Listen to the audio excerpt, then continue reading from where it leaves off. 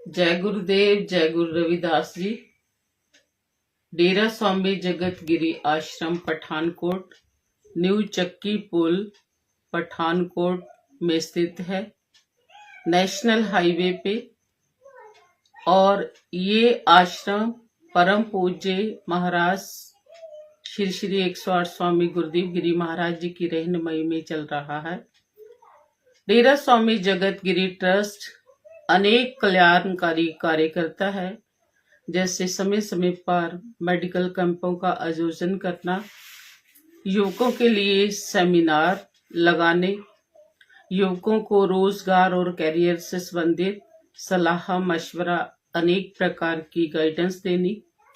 इसके अतिरिक्त ट्रस्ट के द्वारा अनेक स्कूल चलाए जाते हैं।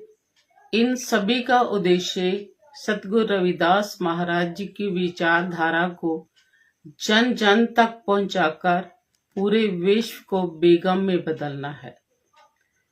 यहाँ ये अनेक गतिविधियां आश्रम और ट्रस्ट के द्वारा की जाती हैं। उसके साथ साथ श्रद्धालुओं की इच्छा को ध्यान में रखते हुए कुछ सालों के बाद एक स्पेशल ट्रेन बेगमपुरा एक्सप्रेस के नाम से पठानकोट से वाराणसी सीर गोवर्धनपुरा सतगुरु रविदास महाराज जी के जन्म स्थान पर लेकर जाने का काम भी ट्रस्ट द्वारा किया जाता है। लगातार श्रद्धालुओं के सुझाव और इच्छा को देखते हुए अभी 8 नवंबर को डेरा स्वामी जगत गिरी ट्रस्ट की ओर से विशेष गाड़ी बुक करवाकर वाराणसी की यात्रा श्रद्धालुओं को करवाई जा रही है। इस स्पेशल गाड़ी और श्रद्धालुओं के जाने आने से संबंधित कुछ सूचनाएं आप सभी श्रद्धालुओं के समक्ष रखने हेतु आज मैं जनरल सेक्रेटरी डेरा स्वामी जगत गिरी ट्रस्ट पठानकोट डॉक्टर सोमा अत्री कुछ निवेदन आप जी के चरणों में करने जा रही हूँ। कृपया आपने इन निवेदनों को ध्यान से सुनकर इस पर अमल करना है। सर्वप्रथम आप सभी को हार्दिक बधाई कि आपकी इच्छा स्वीकार हो गई है और इसी के तहत 8 नवंबर सुबह 7 बजे पठानकोट सिटी स्टेशन से ये बेगमपुरा एक्सप्रेस जो स्पेशल ट्रेन होगी ये वाराणसी के लिए रवाना होगी। सुबह ठीक 7 बजे 8 नवंबर को पठानकोट से ये चल पड़ेगी, इसलिए सभी श्रद्धालु समय का कृपया पूर्ण ध्यान रखें। 8 नवंबर के बाद 9 नवंबर को सुबह 5:30 ये वाराणसी पहुंच जाएगी और वाराणसी से आगे सतगुरु रविदास महाराज जी के जन्म स्थान श्री गोवर्धनपुरा तक ले जाने के लिए बसों का प्रबंध ट्रस्ट के द्वारा किया गया है। ठहरने खाने का प्रबंध वहां जो वाराणसी और श्री गोवर्धनपुरा में होगा वो ट्रस्ट के द्वारा किया जाएगा।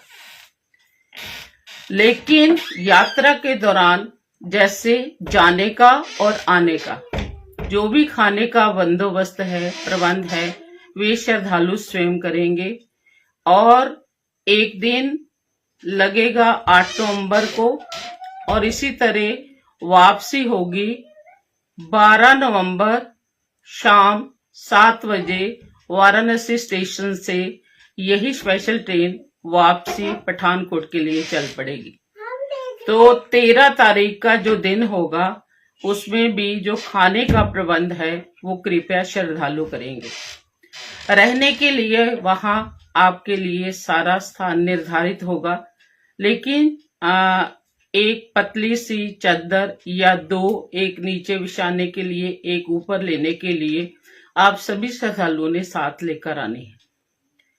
जितने भी दिन आपको वहां मिलेंगे, जैसे 9 नवंबर का पूरा दिन मिल गया, 10, 11 और 12 शाम 7 बजे तक, तो इस यात्रा के दौरान आप वाराणसी और आसपास के सभी जो भी तीर्थ स्थल हैं उनको देख सकते हो। उसमें बहुत सारे तीर्थ स्थान हैं जो सतगुरु रविदास महाराज जी की जीवन से संबंधित हैं, कबीर जी से संबंधित हैं। इसके लिए जो डिटेल जानकारी है वो उसके लिए आपको एक पैम्फलेट मिल जाएगा। जैसे ही आप गाड़ी में यहाँ पठानकोट में एंटर करेंगे, आपको एक पैगाम दिया जाएगा आईडी प्रूफ के लिए और एक पैम्फलेट मिलेगा जिसमें पूरी जानकारी दी गई होगी। इसलिए आपने उस पैम्फलेट के अनुसार सभी दर्शनीय स्थलों का दर्शन करना है, यात्रा करनी है, इतिहास के बारे में जानना है। इसके अतिरिक्त अगर कोई व्यक्ति किसी प्रकार का धूम्रपान या नशा करता है तो उसको गाड़ी के अंदर नहीं लेकर जाया जाएगा। इसलिए सभी श्रद्धालु इस बात का विशेष ध्यान रखें कि कोई ऐसा व्यक्ति उस गाड़ी में प्रवेश ना करे। हमारे सभी सेवादारों की हर डिब्बे के अनुसार ड्यूटी लगी हुई है। अगर कोई डिब्बे के बीच में कोई मुश्किल आती है या सफर के दौरान मुश्किल आती है तो आप उन मुख्य सेवादारों से संपर्क कर सकते हैं। दूसरा, बहुत सारे नंबर इस पैम्फलेट में भी दिए जा रहे हैं और यदि किसी प्रकार की कोई भी पूछताछ करनी हो या किसी हेल्प की जरूरत हो तो कृपया आप इन नंबरों पर संपर्क कर सकते हो।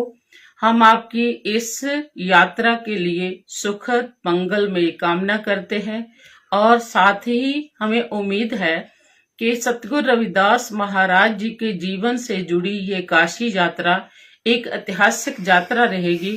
आपने बच्चों को और खुद भी सभी स्थलों की जानकारी देनी है, क्योंकि तीर्थ यात्रा का मतलब ये नहीं होता कि हम घूम फिर के आ जाएं या हमारे कोई पाप काटे जाते हैं।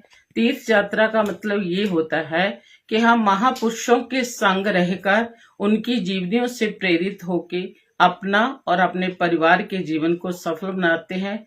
वहां के स्थलों को देखकर हमारे इतिहास का पता चलता है और इस प्रकार मिलजुल कर रहने की भावना को सहयोग मिलता है। हमें पता चलता है कि बाहर या इकट्ठे रहकर जिन मुश्किलों का सामना करना पड़ता है उसको हम सहर्ष खुशी से स्वीकार कर सकते हैं।